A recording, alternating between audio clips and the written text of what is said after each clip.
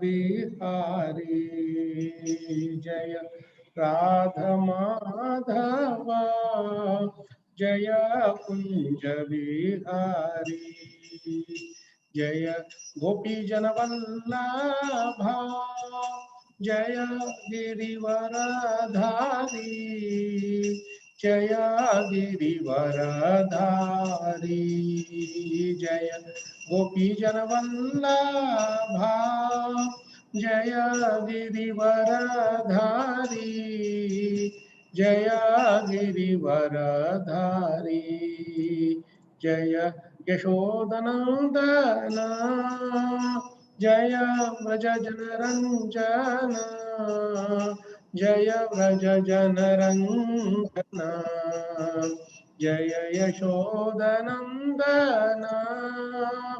जय व्रज जनरंजन जय व्रज जनरंजन जय यमुनतिरावनचारी जय कुंज विहारी जय यमुनतिरावनचारी जय कुंज विहारी जय यमुनतिरावनचारी जय कुंज विहारी जय यमुनतिरावनचारी जय कुंज विहारी जय यमुनतिरावनचारी जय कुंज विहारी जय राधा माधव जय कुंज बिहारी जय राधा माधव जय कुंज बिहारी जय श्री राधा माधव की जय मंत्रा श्री श्रीमद् भागवतम की जय श्रील प्रभुपाद की जय श्रील गुरुदेव की जय अनंत वैष्णव की जय निताय गौर प्रेमानंदे हरि हरि हरि बोल।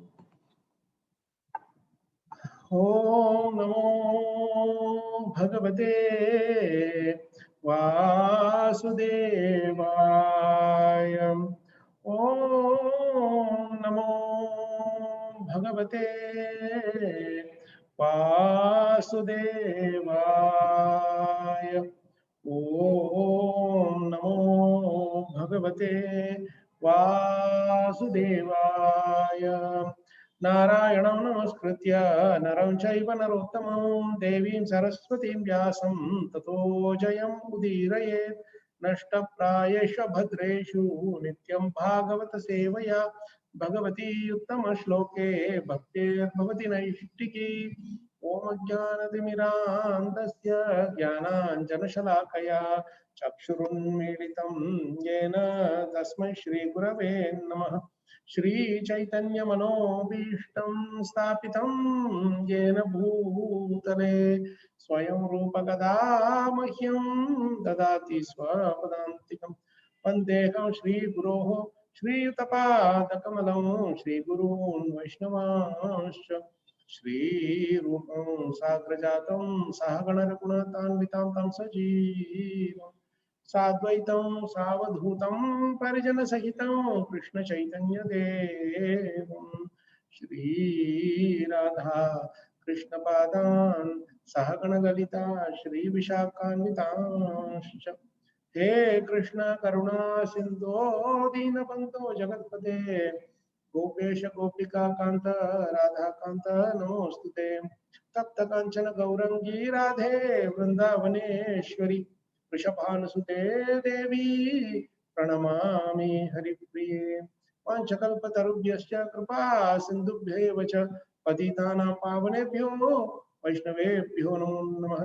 जय श्री कृष्ण चैतन्य प्रभो नित्यानंद श्री अद्वैत गदाधर साधि गौर भक्त वृंद हरे कृष्ण कृष्ण कृष्ण हरे हरे हरे राम राम राम हरे हरे मुखं करोति वाचालं पङ्गुं लङ्घयते गिरिं यत्कृपातमहं वन्दे श्रीगुरुं दीनतारिणं श्रीपरमानन्दमाधवं श्रीचैतन्यमीश्वरं श्रीमते महाप्रभु श्री पदे भक्ति वेदांत स्वामी नाम नमस्ते सारस्वते देवे गौरवाणी प्रचारिणे निर्विशेष शून्यवादी पाश्चात्य दीक्षितारिणे।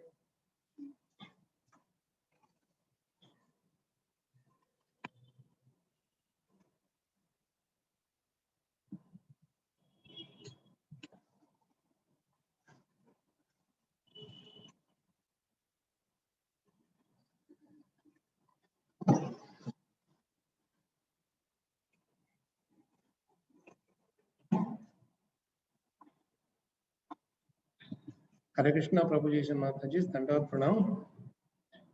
हम आज का टॉपिक है वो हमारे वो serious responsibilities in devotional service यानी भक्ति योग में जिम्मेदारियां, उसके बारे में जो हम एक सीरियस में बात कर रहे थे।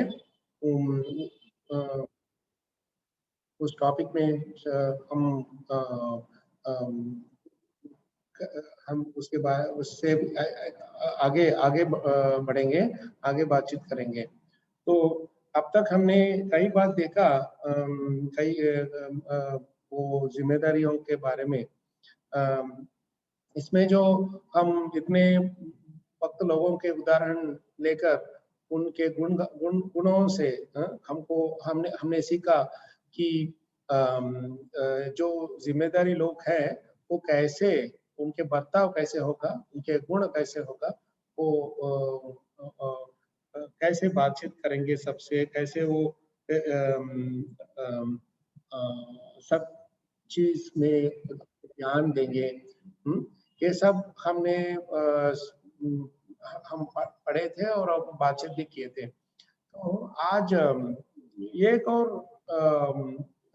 बहुत बढ़िया गुण है जो जिम्मेदारी लोग में होता है, वो है अगर उनको ये काम करने में अगर कुछ रिस्क होता है, कुछ चैलेंजेस या चुनौती बोलते हैं ना, चैलेंजेस वो होता है, तो फिर भी वो अपने कर्तव्य को निभाने से कभी भी पीछे नहीं जाएंगे। तो ये बहुत महत्वपूर्ण बात है, क्योंकि हम हमारे भौतिक जीवन में और आध्यात्मिक भक्ति सेवा में भी अनेक चुनौती हमको सामना करना पड़ता है। तो छोटे छोटे चीजों को कठिनाइयों को सामना करने से अगर हम डरपोक हो जाते हैं या हमको इतना हिम्मत नहीं है ये काम करने में, तो हम एक महत्वपूर्ण बहुत मुख्यता वाले जिम्मेदारी को हम ले नहीं सकते। हम ये देख लीजिए कि हर वक्त हर आदमी के उनके जिंदगी में इतने कठिनाइयां आते हैं। तो अगर हम कठिनाइयों को देखते देखते हम सोचते हैं कि नहीं हम इसको सामना नहीं कर पाऊंगा मैं, इसीलिए इतने आत्महत्या हो जाता है इस दुनिया में। कितने लोग आत्महत्या खुद के जान को ले लेते हैं। तो ये सब क्यों हो रहा है? क्योंकि उन लोगों को कठिनाइयों को सामना करने का हिम्मत नहीं होता है। करेज बोलते हैं ना, हिम्मत नहीं होता है। ये चीज हमको ज्यादा ध्यान देना है, क्योंकि हमको इस दुनिया में अगर हमको जीना है तो अनेक कठिनाइयों का सामना करना पड़ता है, करना ही है। ये नहीं होगा कि इसको अंग्रेजी में बोलते हैं बेड ऑफ रोसेस। ये जिंदगी ऐसा नहीं होगा कि हमको हवा में चलते हैं ऐसे ही आसान से सब कुछ सब काम ऐसे ही चलता रहेगा। तो पहला वाला है हमको रिस्क लेना है। कठिनाइयों का सामना करने के लिए हमको रिस्क लेना है। एक बार हमने महाराज से पूछा कि महाराज मेरे पास दो चॉइस है, मैं एक चॉइस एक डिसीजन ले सकता हूँ या दूसरा डिसीजन ले सकता हूँ मेरे एक काम करने में। तो अगर मैं रिस्क ऑप्शन ए चूज करता हूँ तो मेरा रिस्क कम है, उसी तरह मैं इतना आगे भी नहीं बढ़ सकता। लेकिन दूसरा ऑप्शन भी है, अगर वो लेता हूँ तो रिस्क ज्यादा है, और अगर ठीक तरह से हमारे ऐसे जो इच्छा के वजह से चलता है तो हमको ज्यादा लाभ भी आ जाएगा। लेकिन अगर रिस्क लेने में कुछ प्रॉब्लम्स हो जाता है तो नष्ट भी ज्यादा हो जाएगा। तो मैंने पूछा महाराज कौन से ऑप्शन ले लूं मैं, कौन से ऑप्शन ले लूं मैं? तो महाराज ने बोले थे कि हर आ, हर आदमी के दिल में दिल से भगवान बोलते हैं ये चीज सब कि अगर कि हम रिस्क ले सकते हैं कि नहीं। क्योंकि महाराज बोले थे कि आपको ही पूरे इस चीज का पूरे जो कुछ भी बात है वो सब आपको ही मालूम है, लेकिन इसलिए आपको अपने परमात्मा से पूछना पड़ेगा। तो वो बोले थे ऐसे। उसके बाद मुझे कुछ समझ में नहीं आया कि मैं कैसे परमात्मा के बात को सुनूं या उनसे पूछूं कि क्या करूं। तो मैं महाराज से ऐसे ही महाराज को देख रहा था। महाराज फिर बोले थे कि ये अंग्रेजी में बोले थे कि I am always on the courageous side, ऐसे बोले थे महाराज। मैं हिम्मत वाला हूँ, रिस्क लेने में मैं सोचता नहीं हूँ। मैं हिम्मत से मैं रिस्क लेता हूँ। मैं मेरी जिंदगी में जब भी कुछ चीज ऐसा हमारे इच्छा के सिवा नहीं चलता है तो तो क्या होता है, मैं ऐसा करूंगा कि मैं ऐसा करूंगा कि मैं ये उस सेवा को छोड़ के मैं दूसरे बिजनेस शुरू करूंगा। मैं अगर कुछ नष्ट हो जाता है मेरे जिंदगी में, मैं ऐसा नहीं सोचता हूँ कि मुझे रिस्क नहीं लेना है। अगर कठिनाइयां आता है वो तो इस दुनिया का नेचर है, इसको नेचर बोलते हैं ना। तो मैं उससे मैं डरता नहीं हूँ। महाराज ऐसे बोलते थे। महाराज मुझे ऐसा नहीं बोला कि तुमको भी रिस्क लेना है। महाराज ऐसे बोलते थे कि अपने खुद के उदाहरण से हमको इंस्पायर कर रहे थे कि मैं रिस्क ले रहा था, इसीलिए मैं इधर तक आया हूँ। तो महाराज हर अपने स्टेप्स हर बात में रिस्क ले रहे थे। तो ये रिस्क जो लेना है, ये अगर हमको रिस्क लेना है तो हम भगवान से हम प्रार्थना करते हैं ना। हम भगवान से प्रार्थना करते हैं कि आप मुझे बचा लो। ये जो कुछ भी रिस्क में कष्ट में संकट में ले रहा हूँ, तो आपके लिए मैं ले रहा हूँ। तो आप मुझे आप थोड़ा मदद कीजिए। तो ऐसे महाराज बोल रहे थे कि तुम भी प्रार्थना कर लो, भगवान है हमारे साथ। जब भी हम कठिनाइयां अगर हम कठिनाई में है तो महाराज बोलते थे कि भगवान जरूर हमको मदद करते हैं। तो महाराज ऐसे बोलते थे कि जब मैं गृहस्थ बन रहा था उस समय इतना जिम्मेदारियां थी मेरे पास। तो मैं हर बार मैं एक जगह पे ये काम करता हूँ तो दूसरे जगह पे एक कठिनाई आ जाता है। तो इसको मैं फिक्स कर लूं तो दूसरी बार एक और जगह पे एक और प्रॉब्लम आ जाता है। तो महाराज बोल रहे थे कि एक बार उनको एक अपने लंदन में अपने घर में इसको बोलते हैं चिमनी, उधर सब कोल्ड रहता है ना, सर्दी रहता है ना, क्लाइमेट वातावरण सब, तो इसीलिए उधर एक चिमनी होता है, फायर का चिमनी, उसमें क्या बोला वो आग लगाते हैं उसको, सो घर के अंदर गर्मी लगता है, गर्म लगता है। तो इसलिए महाराज उधर सब वो चिमनी रखते हैं। तो महाराज अपने घर में वो चिमनी थोड़ा थोड़ा प्रॉब्लम हो गया उसमें, तो उन्होंने वो रिपेयर करने वाले आदमी को बुला के बोले थे आप इसको फिक्स कर लो।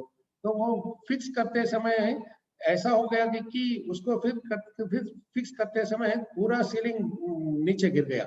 तो उनको शायद 5,000 पाउंड्स में काम खत्म होने वाला था, लेकिन ऐसे करने से उनको 1,00,000 पाउंड्स, 1,00,000 नहीं, 50,000 पाउंड्स ऐसा खर्चा हो गया। तो महाराज हंस के बोलते थे कि यही है इस दुनिया में प्रॉब्लम, दुखालय अशाश्वतम। लेकिन इस सब कठिनाइयों को देख के मैं डरता नहीं हूँ कि कैसे मैं रिस्क ले लूं। तो बोलते थे कि मैं चलता रहता था, कभी कहीं भी कुछ भी अपॉर्चुनिटी बोलते हैं ना, वो मिलता है तो मैं ले लेता था। तो इतने लोग हैं घर में भी संभालने के लिए, तो मैं इतने जगह पे मैंने काम अलग अलग काम किया, लेकिन मैं ऐसे नहीं सोचा कि अगर ये काम चल जाए तो क्या होगा, ऐसे कभी मैं कभी मत सोचा मैंने। तो महाराज ऐसे अपने खुद के उदाहरण से हमको सिखाते थे कि तुम ऐसे करो, अगर तुम जिम्मेदारी आदमी हो तो तुमको कहीं ना कहीं तुमको कुछ ना कुछ काम करना ही है, तो रिस्क लेना पड़ता है। तो हमारा गृहस्थ छोड़ के वानप्रस्थ आश्रम ले लिए थे, उसके बाद संन्यास भी ले लिए थे। उसके बाद अगर वो गृहस्थ का रिस्क है वो उससे भी ज्यादा था संन्यास आश्रम का रिस्क। महाराज सदा बोलते थे कि जब तक मैं गृहस्थ आश्रम में था सब कुछ ठीक तरह से चल रहा था, जब मैं संन्यास आश्रम ले लिया तो उससे ज्यादा कठिनाइयां बढ़ गई। तो वो बोलते थे कि मैं ये सब शिष्य लोगों को मैं दीक्षा देता हूँ, शिक्षा देता हूँ, कैसे पहचान सकता हूँ मैं कि ये ठीक तरह से मैं जो कुछ भी मैं शिक्षा देता हूँ उसको निभाएगा ये। वो बोलते थे कि मैं ये नहीं कर सकता कि ये मैं कभी बता नहीं सकता कि ये जरूर मेरे काम जो कुछ भी मैंने उनको आदेश दिया वो पालन करेगा, क्योंकि हमारे अंदर भी 3 गुण का वो प्रोसेस होता रहता है ना। तो कुछ दिन हम बात जैसे बर्ताव करते हैं, कुछ दिन गड़बड़ करते हैं, तो इसका मतलब ही नहीं। लेकिन फिर भी महाराज इतने करुणा से हम ये इतने बड़ा जिम्मेदारी को अपने सिर पर उठा दिया कि ये सब शिष्य लोग उनको पता ही नहीं कैसे कौन से जगह से हम आ रहे हैं, कहाँ जा रहे हैं, वो सब उनको पता ही नहीं। लेकिन फिर भी हम सबको भगवान के पास लेने का वो महाराज ने इतना कष्ट लिया। हम उनसे सीखना है कि हमको भी दूसरों को भगवान के पास लेने के लिए हमको भी कष्ट उठाना है। कुछ समय ज्यादातर ऐसा होगा कि हम जो कष्ट लेते हैं कठिनाई को लेते हैं दूसरों को मदद करने में, वो दूसरों को वो पहचान भी नहीं होगा, वो पहचानते भी नहीं। वो लोग वो सोच रहे थे कि ये लोग तो आर्य वैष्णव में है, सब जगह से पैसा आता है, इनको कुछ नहीं करने का, ऐसे सोचते हैं। लेकिन सोच लीजिए हमारे मंदिर में है कांग्रेगेशन प्रोग्राम्स है, उन सब प्रोग्राम्स में या मंदिर में जो कुछ भी आपको कष्ट उसको सामना करना पड़ता है, वो आपको दूसरों को पता नहीं होता। लेकिन ये बात को लेके हम अपने काम को बंद नहीं करते हैं, है ना? तो काम कंटिन्यू करते हैं कि अगर दूसरे लोग हमको रिस्पेक्ट देते हैं या हमारे कष्ट को समझते हैं तो वो या नहीं, वो सब हमको हमारे मन में कभी नहीं आता। यही है भक्त लोगों का महत्व। अगर हम जिम्मेदारी नहीं लेते हैं तो कोई और दूसरे लोग ये भक्ति को दूसरों को देने का रिस्पॉन्सिबिलिटी, सो जिम्मेदारी नहीं लेंगे। सिर्फ भक्त लोग ले सकते हैं। और भी प्रभुपाद के शिष्य गुरु परंपरा में संप्रदाय में जो लोग आते हैं उनको ही ये प्रचार करने वाला जिम्मेदारी लेने का अधिकार है और उनके इच्छा भी है, हिम्मत भी है। दूसरे लोग कहीं भी जाइए, आप देखें कि अच्छी तरह से पूजा करते हैं, अच्छी तरह से सब थोड़ा साधना कुछ भी करते हैं और भी करते हैं, डिटी वर्शिप सब करते हैं, लेकिन प्रचार नहीं करते। प्रचार करने से ही हम दूसरों को भी हम भक्ति को दे सकते हैं और उनको भी भक्ति का महत्व को समझ सकते हैं। तो यह है चीज, पहले वाला चीज। आज का हम जिम्मेदारी भक्तों को क्या करना है, दूसरों के लिए रिस्क लेना है, वही है चीज। और भगवान के लिए भी रिस्क लेना है, भगवान के गुणगान करने में भी रिस्क लेना है। अगर प्रभुपाद रिस्क नहीं लिया, जलदूत में जाके अमेरिका तक जाके 70 साल के उम्र में अगर उन्होंने कष्ट नहीं लिया, रिस्क नहीं लिया, तो हम आज ऐसे बैठ के भागवतम नहीं पढ़ सकते। हम आज ऐसे बैठ के प्रोग्राम्स भागवतम प्रसादम या मंदिर, इतने मंदिर कभी नहीं आ सकता, क्योंकि भक्ति सिद्धांत सरस्वती ठाकुर के उनके समाधि के बाद गौड़िया मठ सब चूर हो गया, बिट्स एंड पीसेस हो गया। तो पता ही नहीं चला कि कौन इसको लेके इसके महत्वपूर्ण बातों को आगे और पूरी दुनिया में फैला सकते हैं। नहीं, किसी को भी 1% भी what you call that surety नहीं था, श्योर नहीं थे। सोच रहे थे कि गौड़िया मठ सब खत्म हो गया, लेकिन प्रभुपाद भक्तिवेदांत स्वामी प्रभुपाद कैसे उनके आदेश को अपनी जिंदगी का एक ही मात्र गोल ऐसे सोच के लक्ष्य ऐसे सोच के उन्होंने इतना चमत्कार कर दिया।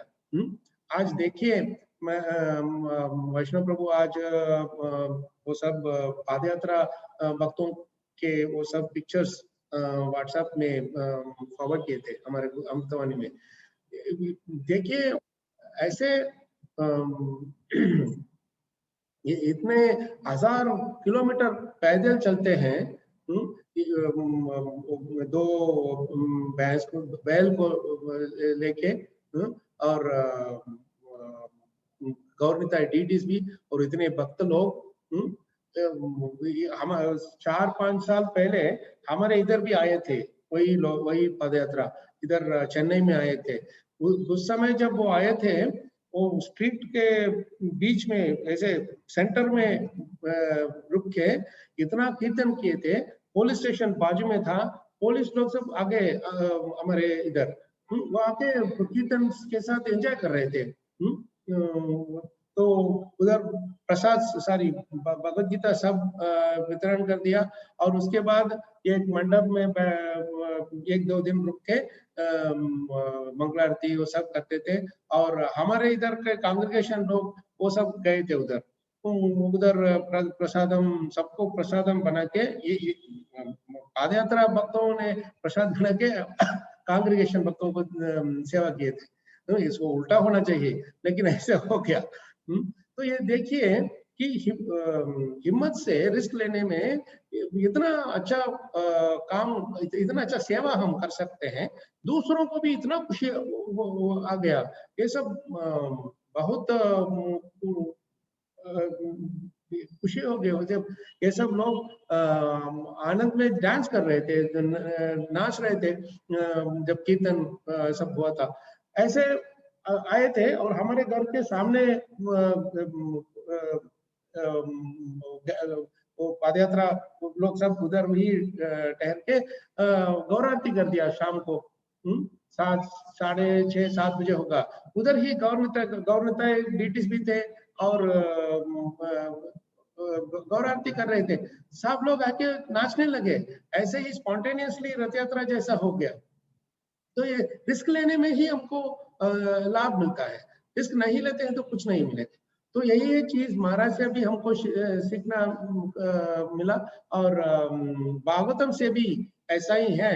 अगर हमको भगवान के गुणगान को सबको वितरण करना है तो हमको रिस्क लेना ही है, हिम्मत से रिस्क लेना है। और वो जो रिस्क लेते हैं उसमें से आनंद भी आ जाता है, रिस्क लेने से ही आनंद आ जाता है। आप देखिए हर भक्त रिस्क लेते हैं भागवतम में। जो भी भक्त लोग आप देखिए उन सब के जिंदगी में आप देखेंगे कि वो सब रिस्क लिए थे। संकट को सामना करने के वो झुका नहीं। तो this is important point we have to understand, हमको समझ लेना चाहिए। इस बात में हमको एक बहुत बढ़िया श्लोक है, एक बहुत बढ़िया भक्त भागवतम में है जो वो बताते हैं, बहुत बढ़िया श्लोक है ये, महाराज जी को भी ये श्लोक पसंद है। मैं लेता हूँ श्लोक।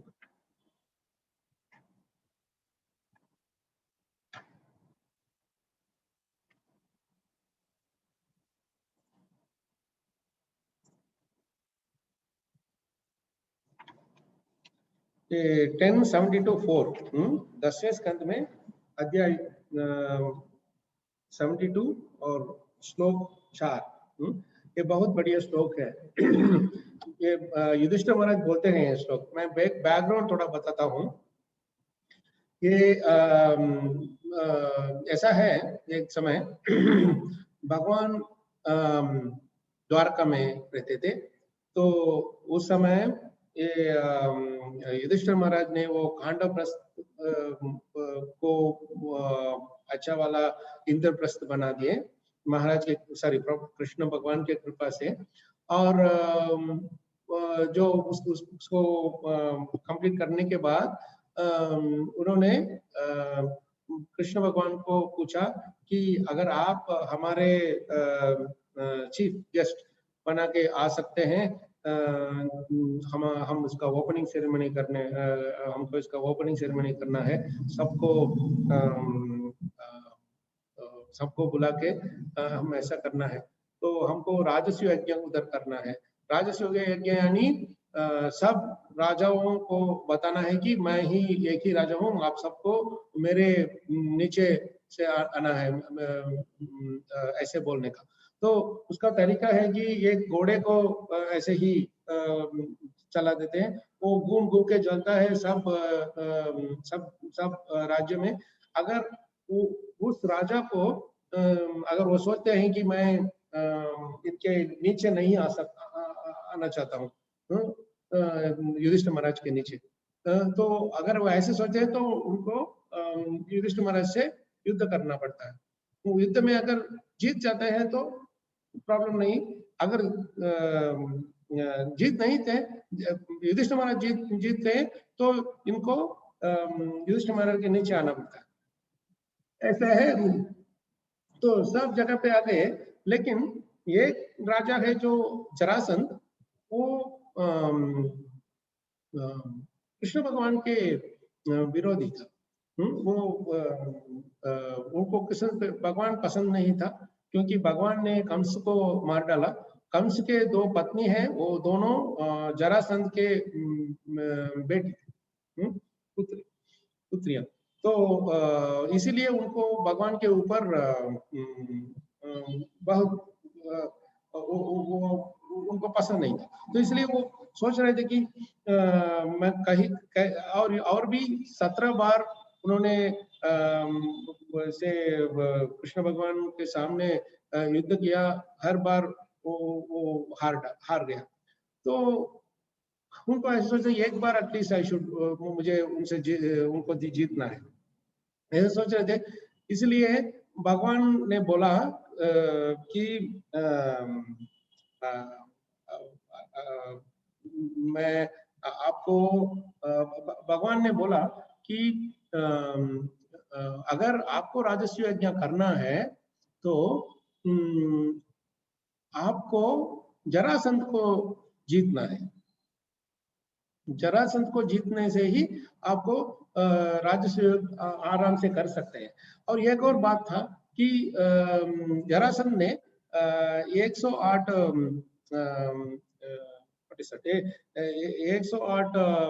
राजाओं को उन्होंने कैद कर दिया, करके उनको एक काल भैरव का एक यज्ञ कर रहा था, उसमें उनको आहुति डालने का प्लान कर रहा था। तो ये सब राजाओं मिलके एक चिट्ठी लिखे थे कि भगवान को आप हमको प्लीज सेव अस। तो भगवान ने सोच रहे थे कि कैसे जाऊं मैं, जरासंध के इधर जाना है या राजस्व यज्ञ जाना है। तो उद्धव जी उस समय द्वारका में बताते हैं कि आपको पहले जरासंध को जिताना है, नहीं तो राजस्व यज्ञ पूरा नहीं होगा, सफल नहीं होगा। तो उन्होंने सोचा कि ओके, मैं उधर पहले जाके युधिष्ठिर महाराज से मिलूं और ये जरासंध को वध करने का तैयारी सब कर लूं, उसके बाद राजस्व यज्ञ ठीक तरह से कर सकता है, नहीं तो इंद्रप्रस्थ का भी कर सकता है। तो उस समय वो चाहते हैं, भगवान चाहते हैं, ये सब कर लिया, जरासंध को वध कर लिया वो सब। उस समय वो जाते हैं इंद्रप्रस्थ। उस समय जाते समय भगवान को वो स्वीकार welcome, what is that, welcome, what is it for welcome प्रभु? स्वीकार, स्वागत प्रभु, sorry, स्वागत, such a easy word, sometimes I don't get it. So it's very easy ना, तो स्वागत करते हैं। तो स्वागत करते समय वो एक बहुत बढ़िया बात बोलते हैं। कौन? युधिष्ठिर महाराज एक बहुत बढ़िया प्रार्थना करते हैं भगवान के ऊपर। मैं पढ़ता हूँ सब। तत्पादुके अविरतम पर्ये चरन्ति, ध्यायन्त्यभद्रनशने शुचयो गृह्णन्ति, विन्दन्ति ते कमलनाभ भवापवर्गम्, आशासते यदित Ashish ईशनान्ये। I will read the. Anybody has Hindi Bhagavatam, Prabhu? Hindi Bhagavatam 10th canto. Okay, Prabhu, I have something. Let me check. I have a soft copy. Okay, if you have the soft copy, will you be able to read the translation and purport, Prabhu? Just a minute, Prabhu. I'll just. It's better to read it in Hindi. 10:72:4, right? Yes, Prabhu. Just a minute. Just read in English. I have to explain it in Hindi once again. Yeah. 10:72:4. English. Yes, Prabhu. Should I read the translation? Please, Prabhu, translation. हे कमलनाभ, वे पवित्र व्यक्ति जो निरंतर आपकी उन पादुकाओं की सेवा करते हैं, ध्यान करते हैं और उनका यशोगान करते हैं, जो समस्त अशुभ वस्तुओं को विनष्ट करने वाली हैं, उन्हें निश्चित रूप से इस भौतिक संसार से मुक्ति प्राप्त हो जाती है। यदि वे इस जगत में किसी वस्तु की आकांक्षा करते हैं तो वे उसे प्राप्त करते हैं, किंतु हे प्रभु, अन्य लोग जो आपकी शरण ग्रहण नहीं करते कभी भी तुष्ट नहीं होते। So they never get satisfied. Yeah, they are never satisfied. This is तात्पर्य. Sorry, Prabhu. Purport. I'll read the. No, before going to the purport, Prabhu, just this one point. I just. Okay. This particular verse, ये जो श्लोका है, इसमें एक जिम्मेदारी भक्त कैसे उनके गुण कैसा है, युधिष्ठिर महाराज से हमको से हम सीख सकते हैं युधिष्ठिर महाराज से। क्योंकि इनको पता है, युधिष्ठिर महाराज को पता है कि ज्यादातर लोग हैं, स्पेशली कौरवा साइड, जिनको कृष्ण भगवान पसंद नहीं है। वो उनको एनिमी ऐसे शत्रु जैसे सोचते हैं। और पांडवों को भी पसंद, कुछ भी प्यार, कुछ भी प्रेम, कुछ भी नहीं है उनके ऊपर, सब ईर्ष्या ही है। तो फिर भी युधिष्ठिर महाराज रिस्क लेते हैं, संकट को लेते हैं। क्या संकट है? मैं आज ये दिखाने वाला हूँ पूरी दुनिया को कि हमको एक रेगिस्तान मिला राज्य करने के लिए, लेकिन उस जंगल, वो कांडवप्रस्थ को कुछ ही दिन में इंद्रप्रस्थ बना दिए। महाराज बोलते हैं जंगल को मंगल कर दिए। ये जो हमारे राजकोट का मंदिर है, राधा नीलमाधव का मंदिर, वो भी ऐसा ही है। पहले था वो एक रेगिस्तान जैसा, पानी का एक भी ड्रॉप नहीं मिला, पानी उधर नहीं था, कुछ भी नहीं था। वैष्णव प्रभु और बाकी सब लोग राजकोट में उस समय थे, उनको पता है कितना कष्टों को उनको सामना करना पड़ा। नहाने के लिए भी पानी नहीं था। हम उस समय अमेरिका में थे, हर बार 2-3 दिन में एक बार हम महाराज से बात करते थे, तो महाराज इतने बार बोलते थे कि पानी कुछ भी नहीं है, कैसे मैं इधर मंदिर बन सकता हूँ। तो आज देखिए उधर कितना बड़ा मंदिर है, एक गौशाला है, और स्कूल है, गेस्ट हाउस है। पूरे गुजरात में सबसे बड़ा मंदिर, उधर पानी का कुछ भी ड्रॉप, एक ड्रॉप पानी भी नहीं है। महाराज ने उस जंगल को मंगल कर दिया, क्योंकि महाराज पूरे तरह से सरेंडर थे। ही वाज कंप्लीटली सरेंडर्ड, शरणागति दे दिए थे भगवान के ऊपर। अगर आपको इधर से मदद करना है कर लीजिए, हमारे पास कुछ शक्ति नहीं है, हम सिर्फ आपसे प्रार्थना ही कर सकता हूँ, आपको भक्ति कर सकता हूँ मैं, ऐसे महाराज बोल दिए। उस समय भगवान ने ऐसे सोचा कि ओके, महाराज के और बाकी और भक्त लोग के प्योर भक्ति से, शुद्ध भक्ति से प्रसन्न होके भगवान ने इस जगह को इतना सुंदर बना दिया। ये सब शुद्ध भक्ति का प्रभाव है बस। इसी तरह युधिष्ठिर महाराज भी कांडवप्रस्थ को इंद्रप्रस्थ बना दिए भगवान की कृपा से। तो भगवान ने ऐसा कर दिया। तो फिर भी युधिष्ठिर महाराज ने भगवान से बोलते हैं, युधिष्ठिर महाराज भगवान से बोलते हैं, श्लोक बोलते समय ऐसे बोलते हैं कि भगवान, जो लोग आपका सेवा करते हैं, आपके ध्यान में है, आपके गुणगान करते हैं, आपके चरण कमल का आश्रय लेते हैं, उन लोगों को इस भौतिक संसार के सुख दुख से वो स्वतंत्र हो जाते हैं, फ्री हो जाते हैं, कुछ भी प्रॉब्लम नहीं है उनको। लेकिन अगर उनको इस दुनिया में कुछ पाने का इच्छा है, वो भी पा जाएंगे। लेकिन दूसरे लोग हैं जो अभक्त लोग हैं, उनको कुछ भी नहीं मिलेगा।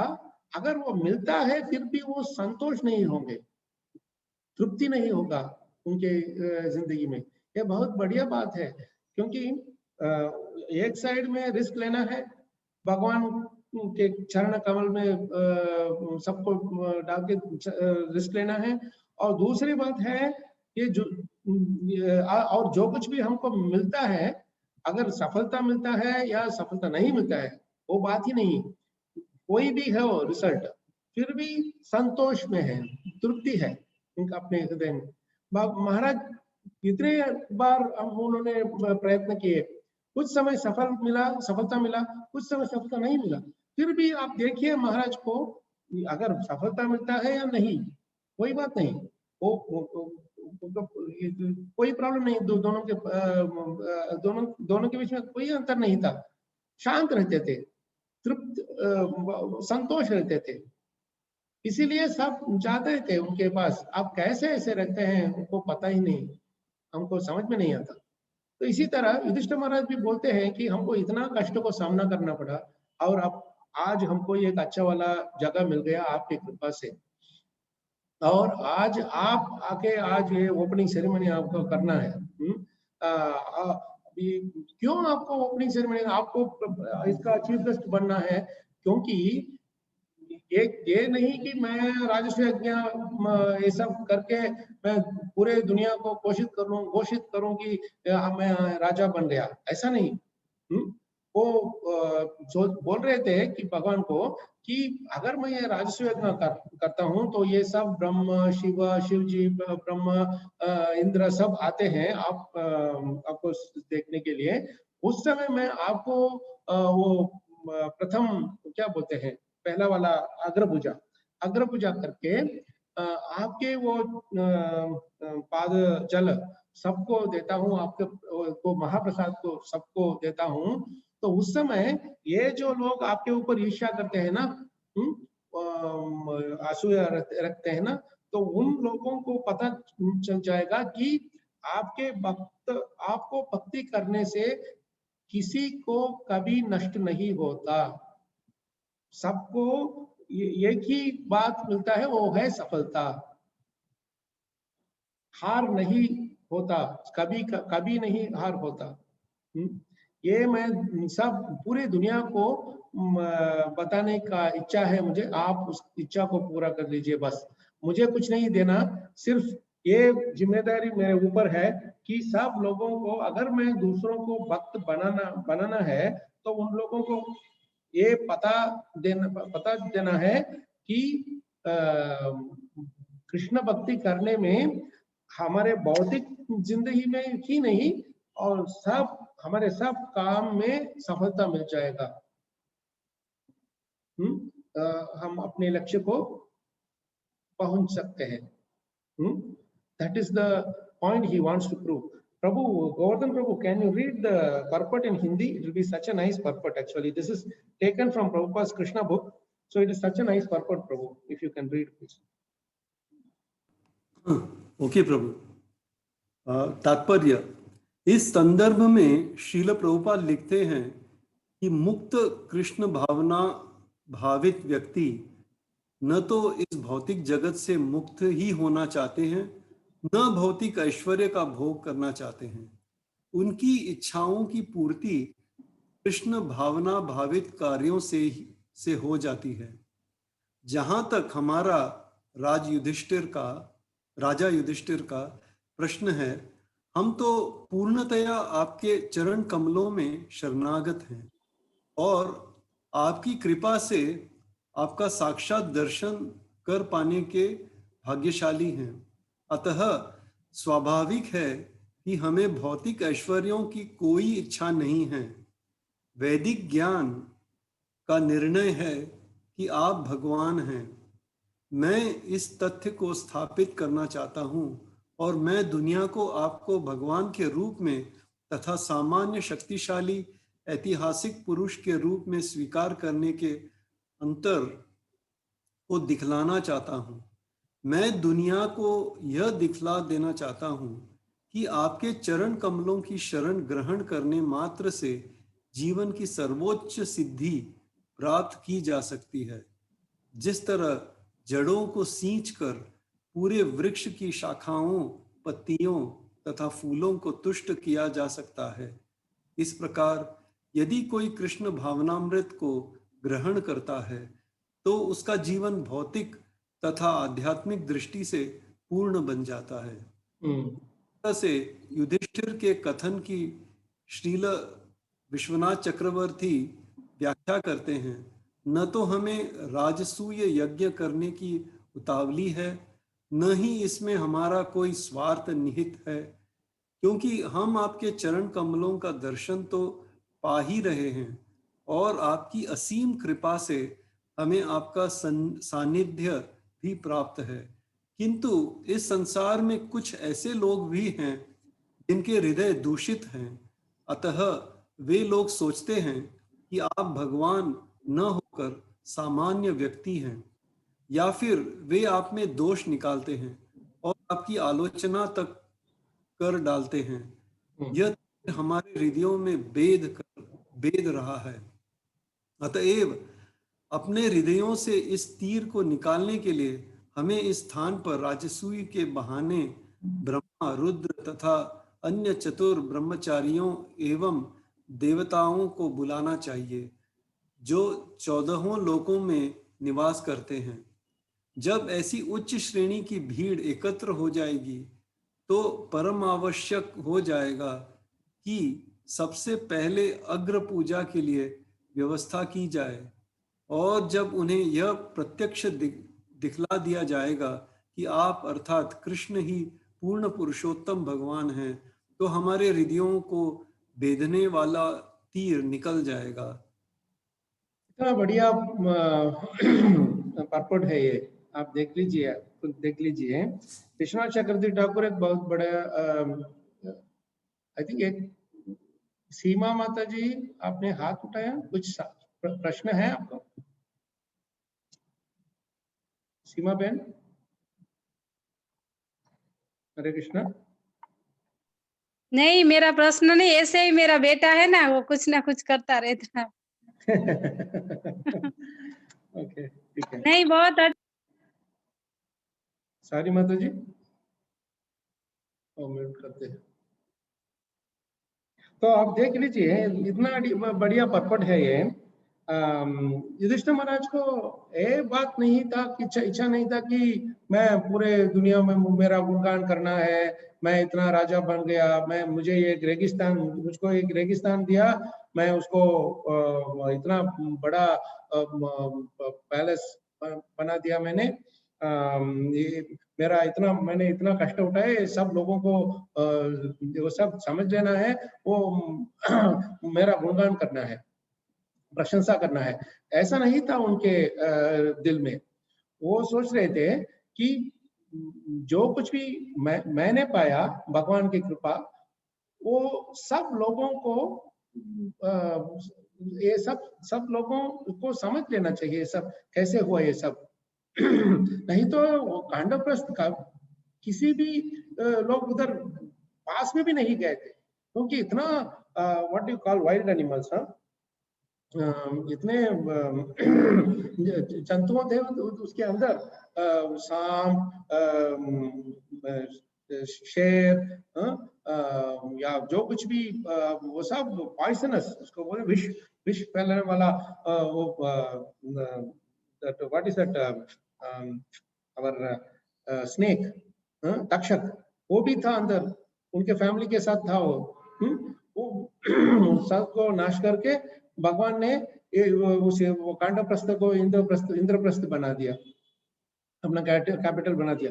लेकिन युधिष्ठिर महाराज के दिल में एक ही बात था कि मैं ये सब कर रहा हूँ, भगवान के गुण को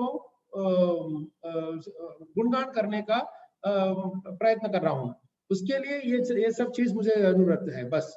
इसी तरह हम भी जो कुछ भी हमारे पास सेवा करने का मौका मिलता है, या जो पद मिलता है, कुछ लोगों को टीचर का, कुछ लोगों को एडमिनिस्टर करने का, राज्य करने का, कुछ लोगों को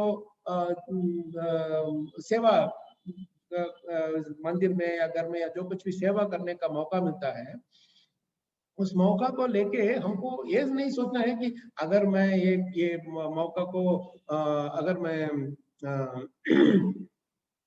अगर ये मौका को मैं उपयोग कर लूं कि मैं ऐसे मेरे सब गुण सबको समझ सकते हैं, मेरे महत्व, ऐसे नहीं सोचते थे युधिष्ठिर महाराज सब।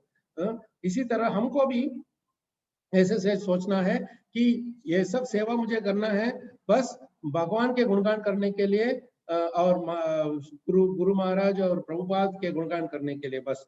अगर मुझे एक भागवतम क्लास लेने का मौका मिलता है तो मुझे ऐसा नहीं सोचना है कि अगर भागवतम क्लास करने के बाद कुछ लोग समझ जाएंगे ये बहुत इतना क्लेवर है ये सब। ऐसे ऐसे नहीं है हमारा सोच। हमारा सोच है अगर मैं इस बार मुझे एक भागवतम क्लास देने का मौका मिलता है तो जो कुछ भी महाराज ने हमको सिखाया है, जो कुछ भी प्रभुपाद जी ने हमको सिखाया है, वो शिक्षा को लेने से हमको इतना आनंद मिला है, तो उसको लेके दूसरों को देने से उनको भी आनंद मिलेगा। जब वो आनंद मिलता है वो भी हमारे गुरु परंपरा के आश्रय में आ जाएंगे, कृष्ण भगवान कृष्ण भक्ति करने में भी लीन हो जाएंगे। यही ये चीज हमको भी सोचना है। अगर ऐसे हमारा सोच ऐसा है तो अगर हमारे भागवतम क्लास में 1000 लोग आते हैं या 2-3 लोग आते हैं, वो फर्क नहीं है। सिर्फ हमारे दिल के अंदर वो क्या बोलते हैं चेंज, अगर वो चेंज आ जाता है, वो बदल जाता है, और हमारे दिल में भगवान कृष्ण प्रभुपाद और गुरु महाराज के ऊपर सेवा करने का इच्छा बढ़ जाता है, तो हमारा जीवन सफल है बस। तो इस श्लोक ये ट्रांसलेशन और पर्पज से हमको ये सीखना मिलता है कि युधिष्ठिर महाराज ने इतना बड़ा रिस्क लिया। तो क्या रिस्क इसमें है? क्योंकि अगर वो कृष्ण भगवान को ये पद देते हैं, अग्र पूजा करते हैं, पूरे कुरुवंश कौरव के फैमिली को परिवार से उनके शत्रु बन जाएंगे। तो उसको करने के बाद ये बहुत बड़ा युद्ध होने वाला है, वो सब हो जाएंगे, हो जाएगा। फिर भी वो सोच रहे थे कि ये बात मुझे मैं परवाह नहीं करता है सबका, मुझे सिर्फ एक बात का ध्यान है अभी, भगवान के गुणगान करने से पूरे दुनिया को ये समझ लेना है वो सब कि भगवान सबसे ऊंचे है, वही है इस पूरे दुनिया को संभालने वाला परम भगवान। तो this is the point I just wanted to say that महाराज भी इतने रिस्क लिए थे, प्रभुपाद भी इतने रिस्क लिए थे, हमको भी रिस्क लेने से हमको ये सोचना ही, दूसरी बार सोचना ही कि अगर रिस्क लेने से क्या फायदा मिलेगा, वो सब नहीं सोचने का, सिर्फ ऐसे ही करने। भगवान है, सबको देखते हैं, उनको पता है, उनको पता है कि किसी को क्या रिजल्ट देना है, वो सब पता है भगवान को। तो हमारे राजकोट मंदिर या द्वारका मंदिर या हमारे जो कुछ भी कांग्रेगेशन हमारा महाराज के शिष्य लोग करते हैं पूरे दुनिया में, वो सब सिर्फ ऐसे ही चलता है। हमारे कोई भी क्वालिटी नहीं है, गुण नहीं है या एक्सपर्टीज नहीं है, फिर भी कैसे ये सब चलता है? सिर्फ सिंसियर सरेंडर, बस शरणागति, वो है शरणागति वत्सल। हमको सिर्फ शरणागति, उनके शरणागति रहना है। वही आज का जो गुण है, जिम्मेदारी भक्तों का गुण, हमारे अंदर में भी अगर वो चेंज आना है तो ये गुण हमको सीखना है। तो ये है सेवा करने में जो कुछ भी कठिनाइयां आएगा, उसको सामने करने में हम कोई बार कभी भी सोचना नहीं कि अगर सामना करूं कि नहीं, ऐसा नहीं सोचने का, हिम्मत लेना है हमको। महाराज सदा बोलते थे कि हिम्मत रखो, हिम्मत रखो। अगर हिम्मत रखते हैं तो सब कुछ ठीक तरह से चलेगा। Thank you. आज मैं इधर खत्म करता हूँ। कुछ प्रश्न है, 1-2 प्रश्न है तो हम ले सकते हैं। और कोई रियलाइजेशंस है, गोवर्धन प्रभु है इधर, और सर्वेश्वरी प्रभु भी है, श्यामचंद्र प्रभु भी है, वैष्णव प्रभु भी है। आप सबको सादर प्रणाम। अगर कुछ सोच है, कुछ रियलाइजेशंस है, आप बता सकते हैं प्रभु जी।